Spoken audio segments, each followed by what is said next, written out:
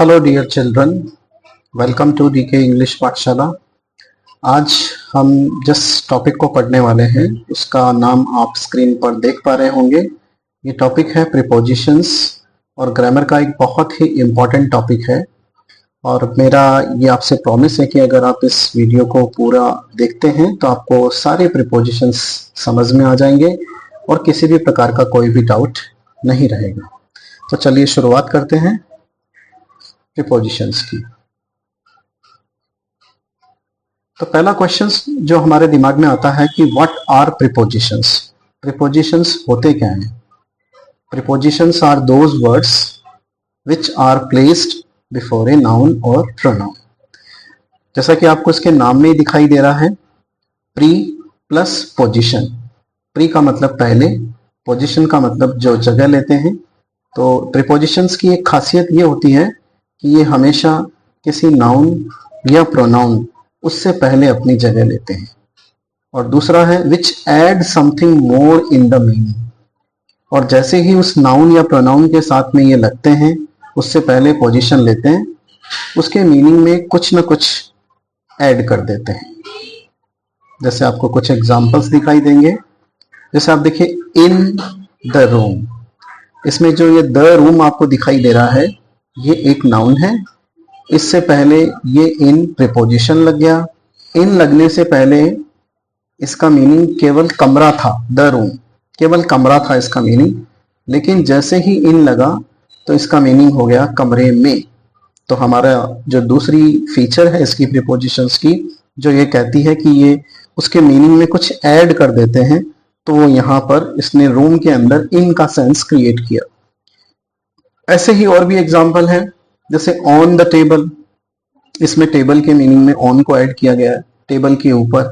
Under the table, around him, into the cave, behind the wall, between the mountains.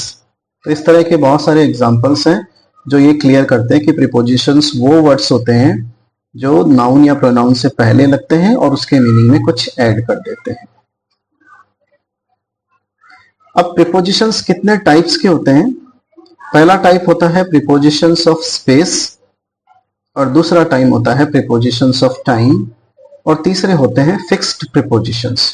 तो एक एक video में हम इनकी बात करेंगे। प्रीपोजिशंस ऑफ स्पेस कौन से होते हैं, टाइम कौन से होते हैं, और फिक्स्ड प्रीपोजिशंस क्या क्या होते हैं। जहां तक प्रीपोजिशंस ऑफ स्पेस का सवाल है, जो कि आज की वीडियो में हम डिस्कस भी करने वाले हैं, ये ऐसे प्रीपोजिशंस होते हैं जो स्पेस को इंडिकेट करते हैं। स्पेस का मतलब जगह, स्थान, उसको इंडिकेट करने वालों को प्रीपोजिशंस ऑफ स्पेस कहते हैं। जैसे इन, ऑन, बिटवीन, अमंग, ये सब प्रीपोजिशंस ऑफ स्पेस हैं। प्रीपोजिशन ऑफ टाइम क्या होते हैं? जो टाइम बताते हैं, टाइम की वैल्यू ऐड करते हैं, उन्हें हम प्रीपोजिशंस ऑफ टाइम कहते हैं। जैसे ऑन मंडे, और आपका जैसे इन, आप कैसे कहते हैं इन 2 आवर्स, इन 3 आवर्स, ये प्रीपोजिशंस ऑफ टाइम है। और कुछ प्रीपोजिशंस फिक्स्ड होते हैं, उनके बारे में भी बात करेंगे कि कौन से प्रीपोजिशंस होते हैं जो फिक्स्ड होते हैं। चलिए सबसे पहले हम बात कर लेते हैं प्रीपोजिशंस ऑफ स्पेस की, जिसमें से कंपैरेटिव स्टडी करेंगे हम इनकी। कंपैरेटिव स्टडी में आपको बेटर समझ में आएगा। इसके बजाय कि हम अलग अलग पढ़ेंगे तो अलग अलग में हो सकता है चीजें इतनी क्लियर ना आए। तो क्या किया है, दो दो प्रीपोजिशंस की पेयर बना दी है जिनमें अधिकतर कंफ्यूजन होता है। जैसे use of at and in दोनों के यूज में क्या फर्क होता है? जब इनको स्पेस की तरह यूज करने की बारी आती है, यानी स्थान के सेंस में यूज करने की बारी आती है, जगह के सेंस में यूज करने की बारी आती है, तो एट का जो यूज होता है वो कंपैरेटिवली स्मॉल प्लेसेस के लिए होता है, और इन का जो यूज होता है वो कंपैरेटिवली बिग प्लेसेस के लिए होता है। जैसे एग्जांपल देखिए, ही लिव्स एट जयपुर इन राजस्थान। अगर आप जयपुर को देखेंगे तो जयपुर कंपैरेटिवली स्मॉल हुआ राजस्थान के कंपैरिजन में, तो इसलिए राजस्थान के लिए इन का यूज हुआ है और जयपुर के लिए एट का यूज हुआ है। She will meet me at airport in New Delhi. अब एयरपोर्ट छोटी यूनिट है और न्यू दिल्ली बड़ी यूनिट है। तो एयरपोर्ट स्मॉल प्लेस है, न्यू दिल्ली बड़ा प्लेस है, इसलिए एट और इन का यूज हुआ है। अब यहाँ पर आप चाहें तो इन सेंटेंसेस में अपनी नॉलेज भी चेक कर सकते हैं। She will take the examination at a school in Ranchi. Manoj has found a snake at a room. अब इसके आगे इन द स्कूल है या क्या है वो स्क्रीन पे साफ अभी दिखाई नहीं दे रहा है। चलिए आगे वाले स्लाइड पे चलते हैं। आगे वाला कौन सा जोड़ा है जो हमने पेयर बनाया है प्रीपोजिशन ऑफ स्पेस। ये भी काफी कंफ्यूजिंग होता है लोगों के लिए। Use of in and into. In का यूज तब करते हैं when there is no movement, और इनटू का यूज तब करते हैं व्हेन देयर इज मूवमेंट।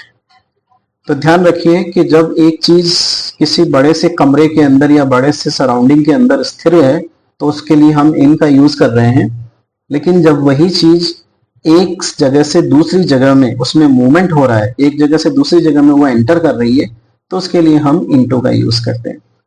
जैसे he is sitting in A room, doing nothing, he is sitting in A room. या फिर ऐसा भी हो सकता है कि एक छोटे से कमरे के अंदर कोई हलचल हो रही हो, इधर से उधर कोई घूम रहा हो, तो भी वो इन अ रूम कहलाएगा जब तक कि लोकेशन चेंज नहीं हो जाती। लोकेशन चेंज होने का मतलब एक जो सराउंडिंग है, एक सराउंडिंग से दूसरी सराउंडिंग में कोई ना चला जाए। A leaf fail into the river. अब इसमें देखिए, इसमें मूवमेंट है, एक लीफ रिवर के अंदर इनटू जा रही है। इनटू, तो यहाँ पे इनटू का यूज होगा, इन का यूज नहीं होगा। क्यों नहीं होगा? क्योंकि यहाँ पर मूवमेंट है। She is already in her hotel. Hotel के अंदर अब वो बैठी हुई है, खड़ी हुई है, टहल रही है, लेकिन ये होटल एक बिग सराउंडिंग है। अगर वो एक कमरे से दूसरे कमरे में जाएगी तो फिर इनटू का यूज हो जाएगा। You have fallen into A trap.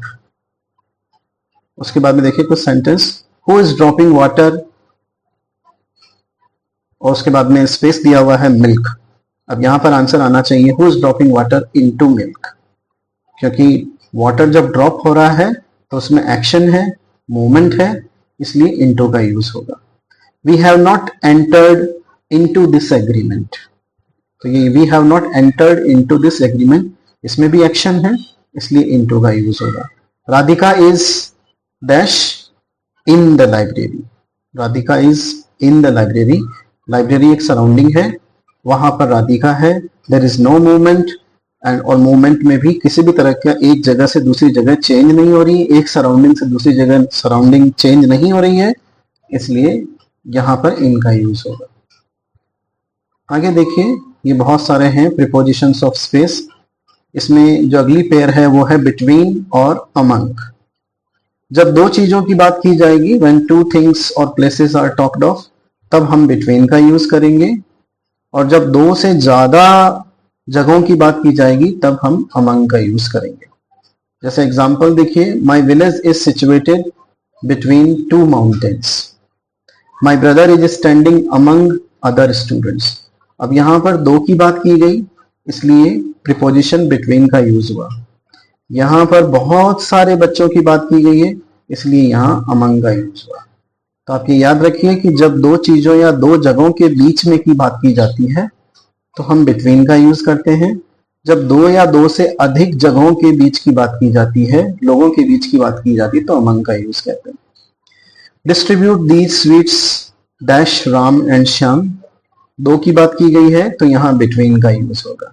Distribute these sweets among all students, यहां पर अमंग का यूज होगा।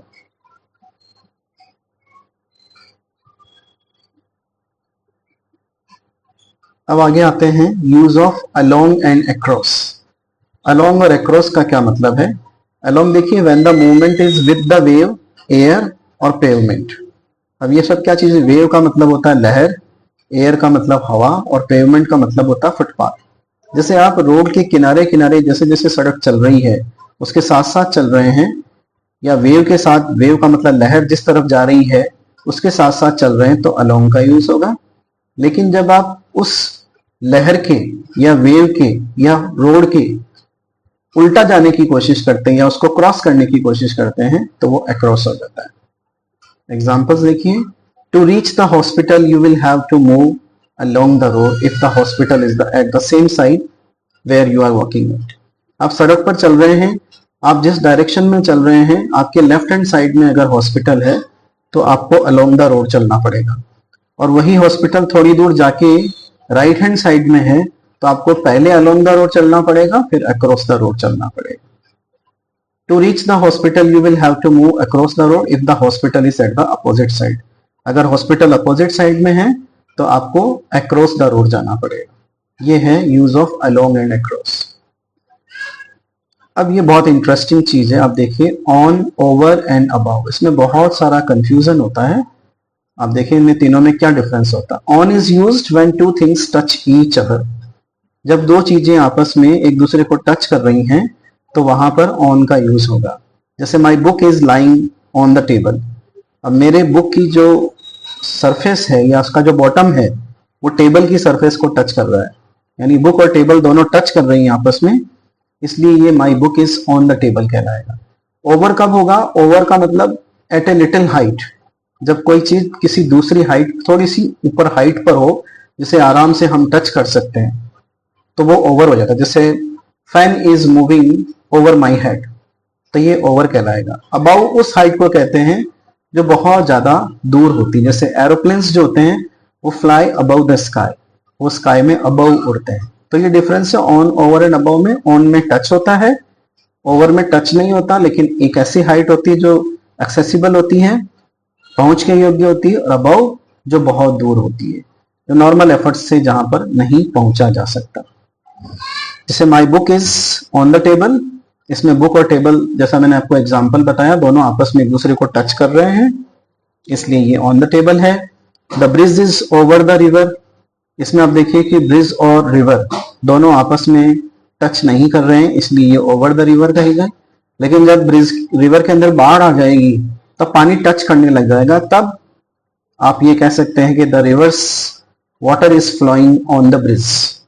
Birds are flying above the sky, इसमें मैंने आपको एरोप्लेन का एग्जांपल दिया था, तो ये यहां पर बर्ड्स का एग्जांपल दिया हुआ। चलिए आगे चलते हैं। इसमें दिया हुआ है use of on and upon. अब ऑन और अपॉन दोनों में से किसी एक को यूज करना हो तो कैसे करेंगे? ऑन में भी वही है, जब दो चीजें आपस में एक दूसरे को टच करती हैं लेकिन मूवमेंट नहीं है। जैसे बुक टेबल पे पड़ी हुई है, उसमें कोई मूवमेंट नहीं है, तो वो ऑन द टेबल कहलाएगी। लेकिन अपॉन कब होगा? when two things have a momentary touch and then movement। Suppose कीजिए किसी ने ऊपर से बॉल गिराई और उस बॉल ने टेबल को टच किया और उसके बाद में नीचे गिर गई, तो ये हम कह सकते हैं the ball was upon the ball fell upon the table, कि बॉल जो थी वो टेबल के ऊपर गिरी। तो ये ऑन और अपॉन में, जैसे इन और इनटू में डिफरेंस होता है, वैसा ही डिफरेंस ऑन और अपॉन में भी होता है। ऑन में मूवमेंट नहीं होता है, अपॉन मूवमेंट होता है। जैसे ये दिखाई दे रहे हैं आपको दोनों examples. The ball is on the table, the ball fell upon the table. From and to, from is used for the starting point and to is used for the finishing point. जैसे I am going from Kolkata to Delhi, he will start his journey from Delhi, we are moving to London, teachers are coming to your house। तो ये from and to का use very clear है, इसमें कोई ज्यादा बताने की जरूरत नहीं है। आगे चलते हैं नेक्स्ट पे। ऑन एंड बाय, जब व्हीकल्स के रेफरेंस में ऑन एंड बाय का यूज करते हैं तब कैसे करते हैं, बहुत इंटरेस्टिंग चीज है। देखिए, on is used for two wheelers, on का यूज किया जाता है टू व्हीलर्स के लिए, और बाय का यूज किया जाता है for the vehicles having more than two wheels, जिनके दो व्हील्स से ज्यादा होते हैं उनके लिए बाय का यूज किया जाता है। जैसे ही reaches school on bicycle, you may travel by car, you may travel by air. अगर आप ऐसा लिख देते हैं कि ही रीचेज स्कूल बाय बाइसिकल तो वो गलत हो जाएगा। You may travel on car भी गलत हो जाएगा, है ना। फिर उसके मीनिंग कुछ और निकलेंगे, उसकी इमेजेस आप कुछ और बना सकते हैं। जैसे you may travel on car का मतलब आप कार के ऊपर बैठ के आ रहे हैं। He reaches school by bicycle का मतलब बाइसिकल को घसीटते हुए ला रहा है। We shall walk on foot, foot पर हमेशा ऑन ही होता है क्योंकि दो ही होते हैं। I can go by bus. Some of other prepositions are there which are used as per their meaning. अब ये ऐसे प्रिपोजिशंस हैं जो उनके मीनिंग के अकॉर्डिंग यूज किए जाते हैं, इनके कोई नियम नहीं होते। जो इनका मीनिंग होता है, बिफोर का मतलब पहले होता है, तो ये पहले के सेंस में यूज किया जाता है। आफ्टर का मतलब बाद में होता है, तो ये बाद में के सेंस में यूज किया जाता है। बिलो का मतलब भी नीचे होता है, बीनीथ का मतलब भी नीचे होता है, अंडर का भी नीचे होता है, लेकिन बीनीथ और अंडर में फर्क होता है। अंडर जो होता है वो कवर्ड होता है, बीनीथ अनकवर्ड होता है, इसका ध्यान रखेंगे आप। बियॉन्ड का मतलब से परे, बाय तो हमने पढ़ा ही था इसका। अब ये कुछ सेंटेंसेस दिए हुए हैं 10, तो आपको क्या करना है कि यहाँ पर अपनी नॉलेज को टेस्ट करना है, कितना आपको समझ में आया है, और इनके आंसर्स आपको कमेंट बॉक्स में कमेंट करने हैं। My books are lying dash, she has already entered dash, you can meet me your home in Patna, a cat jumped my table and fell down, the river flows the bridge, he has fallen dash a well, my pen is lying dash, please come dash me, that plane flew low dash the houses, people will have to walk dash as the road is closed।